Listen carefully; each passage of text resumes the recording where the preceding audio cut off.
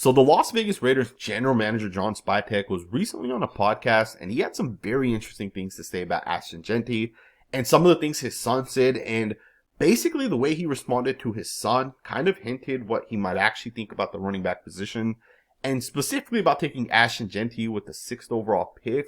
Plus, the Raiders apparently try to trade for a running back, which can also kind of hint to maybe Spytek actually does not want Ashton Jeanty. And then we also got a bunch of rule changes that kind of happened, and I want to kind of get into 4 of the important rule changes. But let's go ahead and get right into this, first and foremost, talking a little bit about John Spytek. So he went on a podcast, and within the 25-minute podcast episode, he was very relaxed. He was having a good time. You can definitely tell, he was very, very open with how he was kind of answering some of these questions. And one of the questions that got brought up was, Ashton Jeanty as well as his son. And I want you guys to listen to this, and then we'll just talk about this on the other side. Yeah, my oldest son has made it no secret that if we don't pick Ashton Jeanty at 6, that he's walking out of the family and he's going to find somebody else. Probably whoever takes Ashton. I think he's motivated. He's a free agent for fandom right now. Yeah, that's hilarious. Yeah, Jack is motivated by fantasy football and touchdowns in fantasy football, not necessarily all of team building. But I love that my son loves the draft process at 10 years old, and maybe he's starting to fall in love with the scouting process. I hate it a little bit too because I know the life that he's signing up for, but the passion that he has. And he walked right into our building and basically told Mark Davis, if my dad doesn't take Ashton Jeanty, he's doing a bad job. Is he in there buzzing film with you when you're watching Jeanty? No, he goes on YouTube and he watches it himself. So I love it. Yeah, I know. I mean, Jack, those are highlights. You got to watch all the plays. Complete game. Yeah, don't be swayed by highlights. Don, you were talking about culture earlier. Who's your source, by the way? That's funny. Your agent. Okay. I was also with the same agency, okay. So we have the same agent. You just didn't know that until now. Sean. So there you guys have it, right? He basically said that my son has made it clear he wants Ashton Jeanty with the number 6 overall pick, right? He'll tell Mark Davis that, hey, my dad's isn't doing a good job or whatever.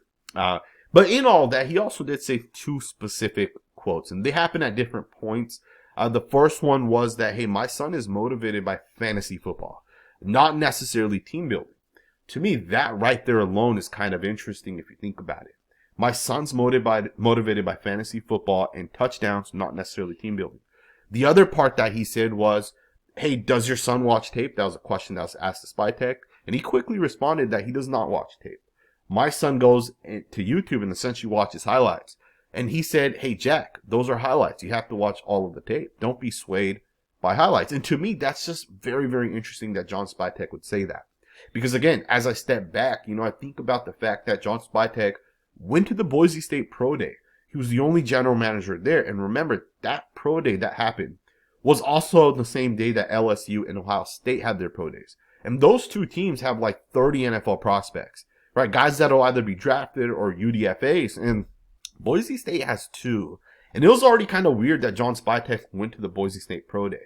I found that weird that he went there. It just didn't make sense to me. Of course, we kind of speculated when that happened. I think it was 4 or 5 days ago. We kind of speculated that John Spytek was very, very interested in Boise State's running back Ashton Jeanty. And remember, if we want Ashton Jeanty, that's the 6th overall pick. He's going to go in the top 15 picks. He's not going to go outside of that. And when you think about the fact that this guy went to that pro day, you think about, he's obviously interested in this guy.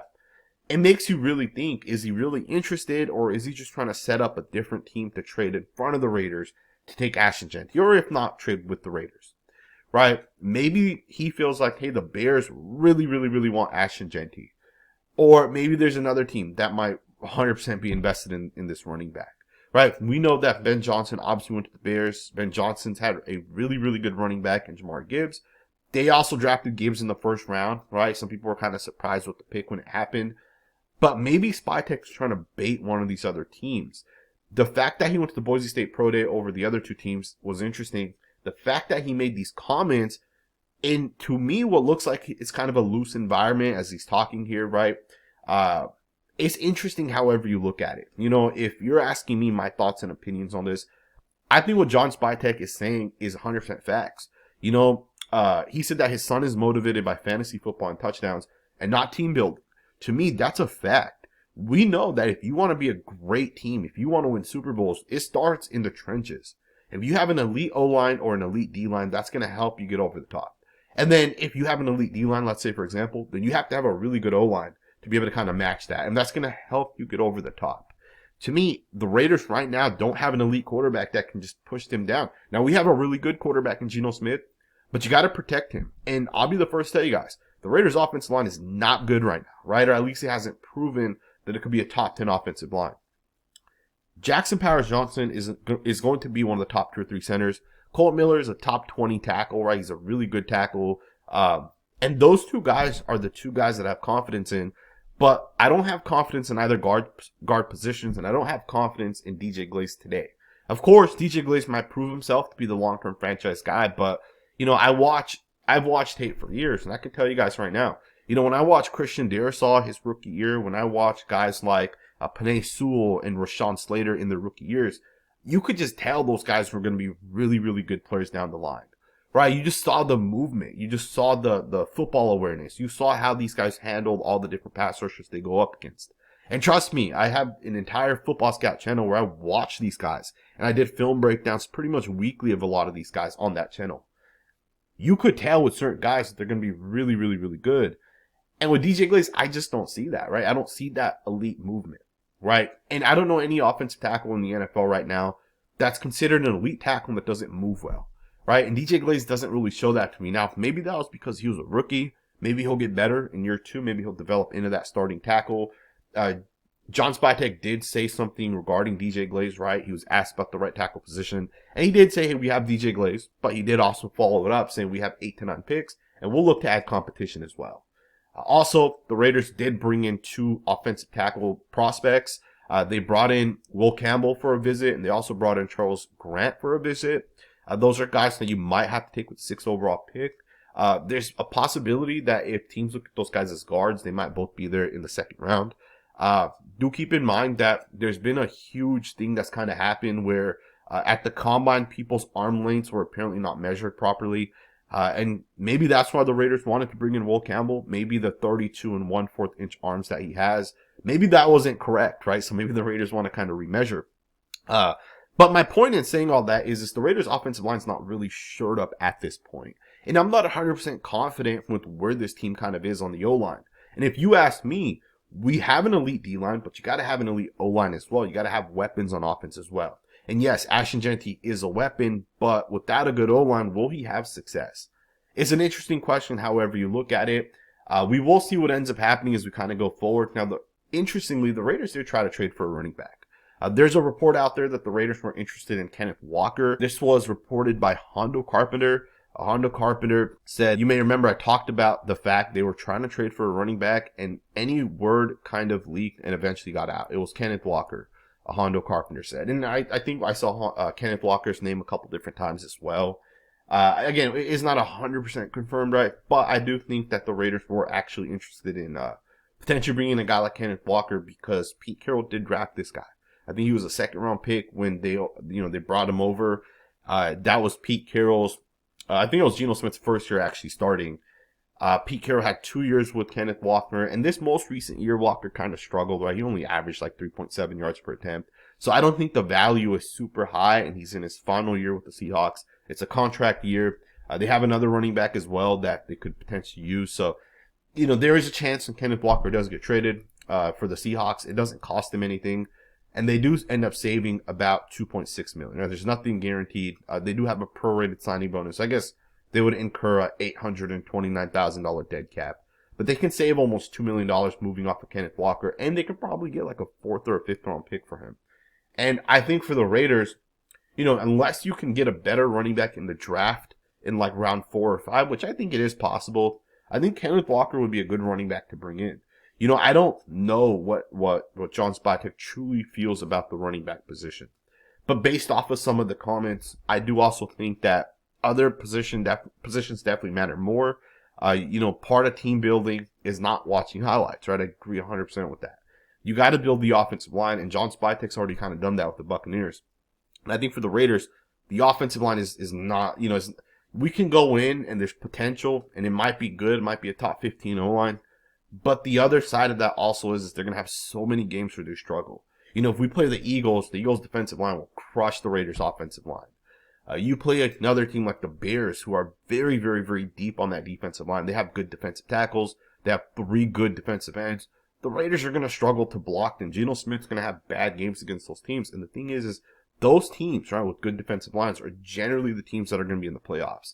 So again, you can go in with this offensive line and hope that it pans out, or you can shore it up, right? You can get that franchise right tackle. You can move DJ Glaze to guard, which I think DJ Glaze would be our best guard, assuming Jackson Powers-Johnson plays center.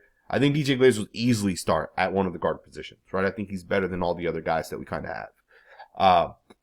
But we will find out what the Raiders plan to do as we kind of go forward. Let's go ahead and switch focus, man. Let's go ahead and wrap it up. Let's just talk about some of the rule changes, because this is definitely going to impact the Raiders as we get into this season. There's so many different proposals that happened. Some got passed, some ended up failing, but let's get it right into it. I think the big one that's going to end up kind of changing games this year is going to be Sony's Hawkeye technology. So the NFL has officially decided to implement this technology. This is kind of, I looked into this, I thought to myself, hey, maybe you're no longer going to have to measure, and basically at this point what's going to end up happening is you'll have a sensor in the football, and that sensor is basically going to tell you where the, on the football field, the ball ends up being. And that's not what this is, right? This has nothing to do with sensors in football. This is actually just a bunch of 8K cameras. I think it's 6 8K cameras are going to essentially be installed in every single stadium. And what the cameras are going to do is it's going to give you, basically where the football should be spotted based on those cameras. And someone will be on the other side. Now, the important thing with the cameras also is that they're all going to be synced together, which has not always been the case, right? So like, if Fox is the one that's recording a game, Fox will have their cameras. The NFL, the stadium might have a couple of cameras. Maybe the NFL has a couple of cameras, right? But none of those cameras are actually synced together. So you don't really know at what point each of those cameras is watching the play. With Sony's Hawkeye technology, you'll basically be able to have all 6 of those 8K cameras recording at the same time. And basically you'll be able to freeze it at any point and then go to a different camera angle and hopefully be able to kind of find the football. It's just more efficient to be able to figure out where the ball needs to go. To me, based off of what it sounds like, it does sound like what's going to end up happening is we'll have someone in the booth or someone looking at all those and kind of telling the referees where the ball should be spotted. It's also important to note, there was something that happened this past season. Amazon has, their games that they had kind of on Prime. Prime had their own cameras that were set up in stadiums that they were essentially going to be in. And there were angles that Prime would show us, and it's like clear as day that, hey, it's a first down or it's a touchdown or it's out of bounds or whatever. And the referees did not have access to those cameras. So although we saw like that's clearly a touchdown or whatever, some of those camera angles were not available, and there were a couple of bad calls that had happened, and it kind of went viral on Twitter last year. So that won't happen anymore, right? Sony's Hawkeye technology is basically what Amazon was doing. And I don't know if Amazon used them as well, but the NFL has officially brought them in. I think this is good for football. You get rid of, biases of NFL officials. You also make it a little bit more, you have all these 8K cameras. It's just going to be a lot cleaner as we kind of go forward. There's 3 other updates that I want to kind of get into. The NFL also approved the expansion of the replay assist. This one's interesting, right? Because we've seen multiple times where a flag gets thrown and it's like, hey, that's a helmet to helmet hit, right? Here's a 15-yard flag. And then, although that's what happens most of the time, sometimes it's clear that that's what happened. The flag gets thrown, but then they pick the flag up for whatever reason. And sometimes, depending on the outcome of the play, I almost feel like the referees kind of change their mind. Well, the NFL has approved the expansion of replay assist. So essentially, if a flag's thrown and it's a horse collar tackle, or a flag's thrown and it's, roughing the kicker or roughing the quarterback, the NFL replay assist will basically be there and say, hey, you threw a flag for face mask. It was not a face mask, right? The hand just hit the top of the helmet or whatever. Maybe it was the shoulder pad in the front that got pulled. It was not a face mask. So the NFL replay assist will quickly jump in and say, hey, that's not a penalty. Now, it can't do the reverse of that. So, let's say you don't throw a flag and it was clearly a face mask. Replay assist will not jump in and say throw the flag, right? You can't do that. The flag has to be thrown, and it can only be corrected that, hey, you threw the flag incorrectly, which I think is still an upgrade regardless, right? Because there's multiple moments where it's like, Patrick Mahomes gets a roughing the passer, and it's like barely gets touched, you know. So this will benefit the Raiders, especially in those games, in my opinion. And there's two other updates I wanted to share with you guys really quickly. One is the kickoff rule, right? So last year, whenever you'd kick the ball, and if the ball landed in the end zone, you'd start at the 30-yard line. Going forward, you will now start at the 35-yard line, right? So the NFL is just trying to make it so teams, you know, we get more kickoffs essentially, right? We want that play to actually happen. So the NFL is now making it, you know, they're trying to make it so that, hey, we want to be able to have the ball land inbounds. We want that play to happen. And if you want to just kick it out of the end zone, that's fine, because a lot of teams did start to do that. If you do kick it out of the end zone now, what's going to happen is the ball gets placed at the 35. So instead of the 30, 35, that's a huge difference, right? If you start at the 35-yard line, literally a 25-yard pass, one pass, gets you right into field goal range, right? Gets the ball at the 40-yard line, and it'd be about a 57, 58-yard field goal, right? Most kickers can hit that nowadays. So, you know, if you want the team to start closer to like the 20, you got to try to kick the ball in, you know, inside the frame, which I think is between the 0 and the 20-yard line, which is pretty easy to do, I think, for most kickers, right? I think the strategy is we just don't want to have to, you know, have that play happen, right? Some people even, or some teams will even say, hey, we're going to limit how many special teams players that we have, right? We don't want to bring in guys, you know, instead of having that extra tight end that is a good special teams player, we'd rather have a blocking tight end. Instead of having a cornerback that runs on kickoffs, right, from the furthest, and they got to make up the most distance. Instead of having corners or safeties that are super fast, we'd rather just have guys that are like, you know, Isaiah Palamau, that's like tall and he can do something specific for defense. So teams have started to say, instead of having all these guys, you know, specifically because they're good on special teams, let's try limiting that a little bit and get specialized players, right, for actual offense and defense. So again, the NFL doesn't want that to happen, right? So we'll see some, you know, some lower level or some guys at the bottom of the depth chart start to get replaced because of this rule, right? And then finally, the last rule was the overtime rule, which, if you guys remember, for the playoffs last year, there was a special rule that was put in, which is both teams will have at least one opportunity, regardless if the first team in overtime scores a touchdown. Both teams will still have an opportunity. Now, if you guys remember 5 years back, if the first team ends up kicking a field goal, they win the game, right? They changed that to if you kick a field goal, the other team has a possession. To now it's, and then from there it was also if you scored a touchdown, you win the game. Now it's if you score a touchdown, the other team gets at least one opportunity. And they had done that for the playoffs this past year, but now they've basically made it for the entire season. And I think this is just common sense, to be honest. If one team ends up scoring a touchdown in overtime, the other team should still have the ability to also score a touchdown. To me, I think it just kind of makes sense. But I will say this. I do think now teams are going to start to kick the ball in overtime as opposed to receive it. Because if, let's say, you know, the first team ends up going downfield and they score a touchdown, that team's going to now kick a field goal. And if you have an opportunity to also score a touchdown, you can now go for the 2 and win the game, right? So teams are going to start to kick the ball in overtime as opposed to receive the ball. And that also might put pressure on that first team that ends up getting the ball first.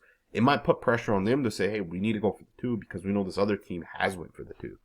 And it's just going to get a little bit more strategy-based, right? And that's what football is, right? Football is very, very, very strategy-based. I think most people would kind of agree with that. But let me know what you guys think about these rule changes. What do you guys think about the Raiders potentially trading for a running back? You know, it might be Kenneth Walker, might be a different guy. And do you guys think John Spytek is actually serious? Like, do you think he wants Ashton Jeanty, or does he not want Ashton Jeanty? I want to know what you guys think about that, man. Drop a comment down in the comments below, and I'll see you guys next time with another video.